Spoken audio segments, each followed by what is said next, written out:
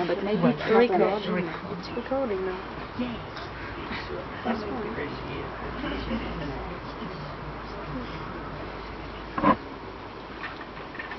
As was said on Sunday, and there was a very important story told on Sunday, because it encapsulates, it brings together what it has been inquired about over these last months. But you know, over these years, it is not the custom to make statements or enunciate some truth that one is expected to believe. Everything has to be processed by yourself and coming to your own conclusions as to whether in fact it's valid or not. But over these last months there's been the question asked over and over and over again, what is this Dharma? What is this Tao? This purpose of life, this will of God? And the stories that have been told have been to the end of elucidating that, perhaps making it clear to us from our own experience. And it seems that it brings us to a place where we recognize that these names, this Tao, this Dharma, are abstractions. They're really words which in fact describe what we have experienced for ourselves as being an absolute law. Something that all the laws of life are subsumed into. So, this Tao, this Dharma, this will of God is a law, so stated. But you have your own experience to validate that, or not. But the story that was told and will be told enables us to move on to a place where we can answer the question who we are and what it is that we do, arising out of that awareness that there is only one law, and the recognition that that law is only brought into action when stillness and movement are present in our life at every given moment. The only place that this law, the will of God, the Tao, the Dharma, is enacted is when stillness and movement meet. Now the story, let's see what you can make of it, insofar as it being a summation of what it is that's being told over these last months. There was a king who had 3 daughters who he loved very dearly. But the king was called to go to war. So he called his 3 daughters to him, and he said to them, "If I win these battles, I will bring you each a gift. What is it that you ask of me?"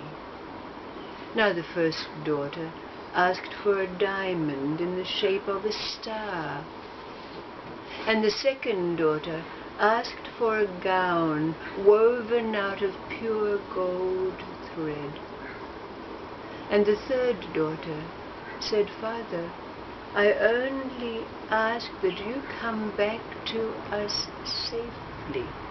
"Not enough," said the king.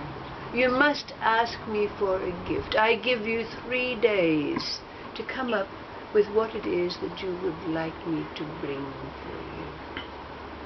So the princess was very perplexed. She went out and she sat by the lake in the garden of the palace, and she was weeping a little bit because she could not think of anything to ask of her father the king. But as she was sitting there, an old woman came by and asked her, "What is it that's troubling you, my child?"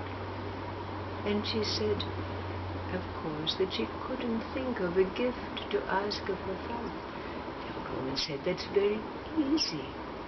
You must ask for Elijah's violin." "Oh," said the princess, "I will." So after the 3 days were up, and the princess went into the presence of her father, the king. He said, well, what is it you want me to bring? And she said, Father, I want you to bring me Elijah's violin. Oh, said the king, yes. So the king went off to war, and he won his battles without any trouble at all. And then he had no problem in finding the diamond in the shape of a star for his first daughter. And the gown woven in gold was also an easy task for him. But no one seemed to know about Elijah's violin.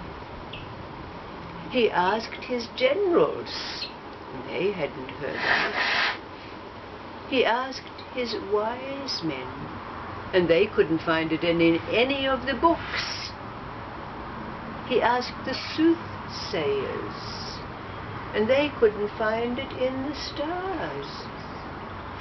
So the king, being who he was, set out on the quest. He had to find Elijah's violin. So he went off in his ships, and his travels and his quest took him to the four corners of the world without success. But then one day he found himself at the mouth of a cave. And when he entered the cave, there was an old man there with a long white beard, who asked him what was it that he was seeking. And he told him, I'm seeking for Elijah's violin. Oh, said the old man, Elijah's violin is in the possession of the monarch of this realm, and he has a daughter who has been turned to stone. He's decreed that anyone who saves his daughter will be given whatever gift it is that he asks for. And then the old man took out from beneath his raiment 3 threads, and he said, these threads are from the bow of Elijah's violin. When you come into the presence of the princess, throw these threads into the fire. Now the king said to the old man, how can I thank you for your advice and your gift? Oh, said the old man, there is no need.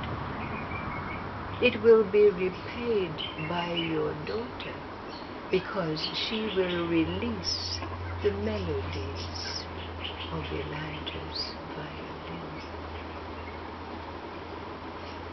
So the king took his leave, and with his entourage of soldiers they approached the gates of the palace of the monarch of that particular kingdom. But at the gates, the king said to his soldiers, you camp out here. I must enter this place on my own. So the king was escorted into the presence of the monarch, explained why he was there. And the monarch said, well, you have to realize that my decree says that if you are not successful in healing my daughter, you will lose your life, said the king. And they proceeded to the chamber of the princess. Now when the king entered the chamber, it was like ice. Even though there was a fire blazing in the hearth, the air was chilled. And when he looked at the princess, indeed she was as though